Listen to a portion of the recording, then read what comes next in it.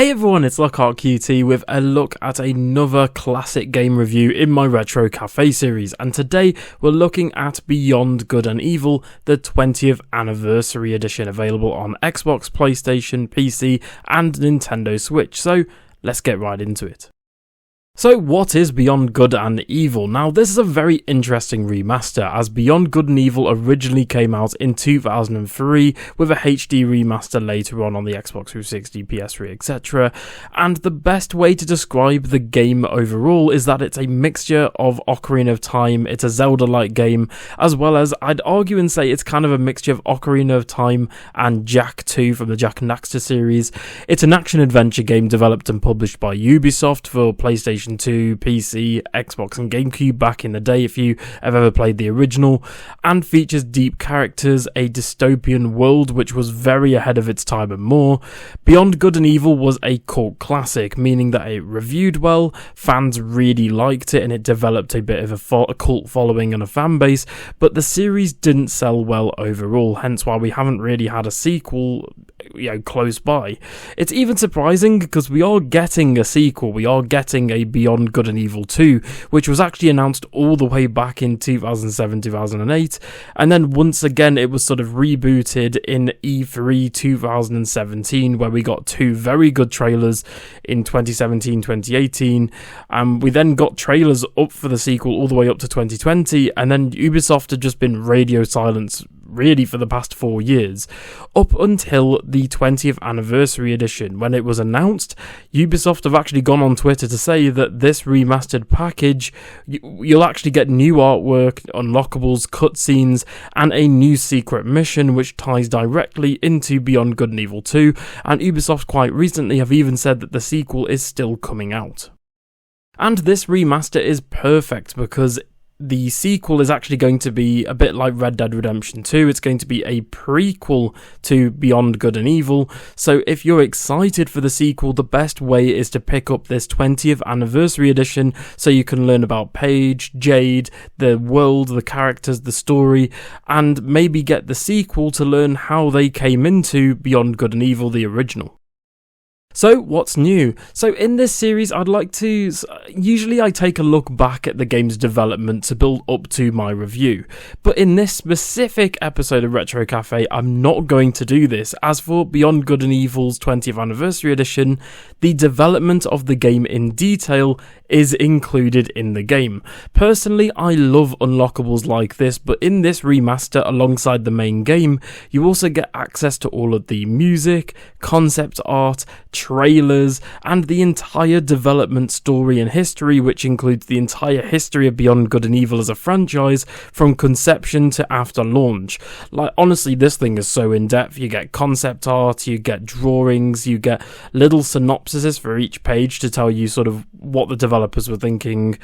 They even go into things like the game didn't sell very well and things like that. It's a really interesting gallery. If you own the 20th Anniversary Edition, I really recommend going into the gallery and just looking through it, as I'm a big fan of going through game development history, and for me this was just such a good watch and read through. Anyway, let's get back to talking about the 20th Anniversary Edition rather than the sequel. In this edition, you'll get the aforementioned Anniversary Gallery, a brand new reorchestrated iconic soundtrack from the actual original, including a brand new OST as well as the original, which sounds great, especially in-game with the ambience pieces. The game also runs up to 4K 60 FPS, and numerous quality of life improvements, including autosave, being able to skip cutscenes whilst they're playing, full controller and keyboard and mouse support, and cross-save across all platforms that I mentioned earlier. However, sadly, on the Nintendo Switch, the game will only run at, I believe it's 1080, 720p and 30 FPS, with obvious other downgrades, but the Switch version still looks really great both in handheld and docked. I did test it for this video. I got the game on both PS5 and Switch. Obviously, the PS5 and the PC version just runs so much better, and if you're making your decision which platform to get it on based on performance, I would recommend getting it on PC, but it's still a great version to get for the Switch. And like I said earlier, in this remaster you'll be able to learn more about Jade's childhood and her link to Beyond Good and Evil 2 thanks to a new treasure hunt throughout Hillis, as well as being able to collect exclusive cosmetic rewards as you play through the story and explore the planet. You can go up to vendors and buy new skins for the wrench, the hovercraft and so much more. And speaking of the world overall, Hillis looks great here, with loads of pretty new graphical improvements such as better lighting, ray tracing and improved textures.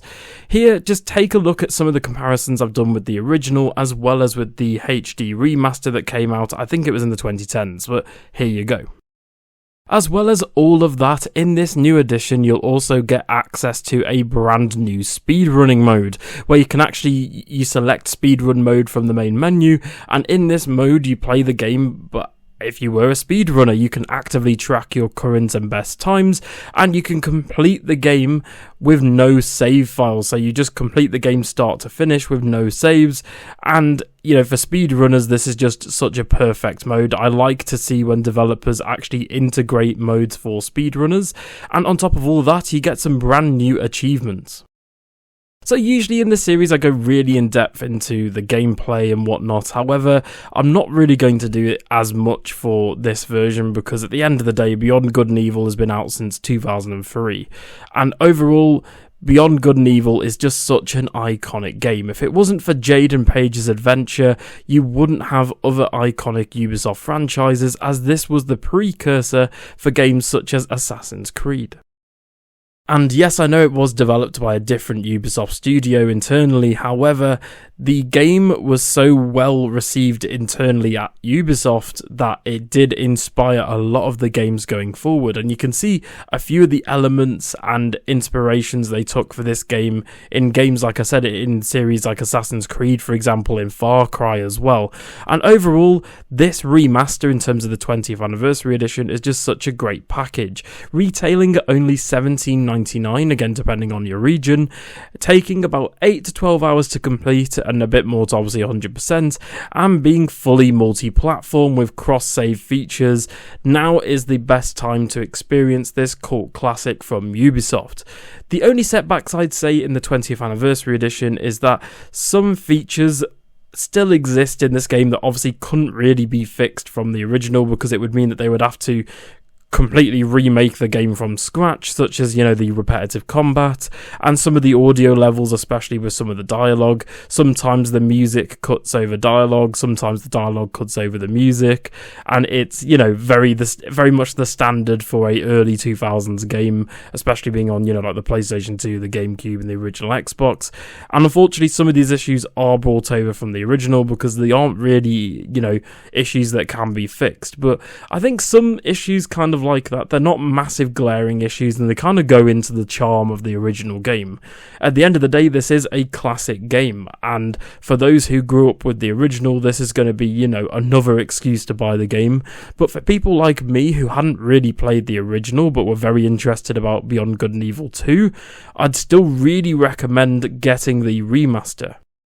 As like I said earlier, the remaster will directly tie into the sequel, and it's just really cheap and it's really accessible, it's really easy to get these games, and with all the small issues that I mentioned earlier, please don't let it stop you from buying this game, as this is probably the best way to experience this iconic game.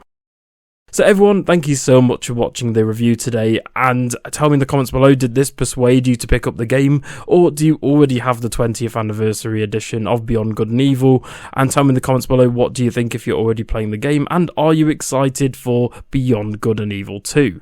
Thank you so much for watching, and for more reviews on classic games, as well as more content going for Beyond Good and Evil 2, as I will be covering it on the channel, don't forget to like, share and subscribe, and I'll see you all in the next one. Bye.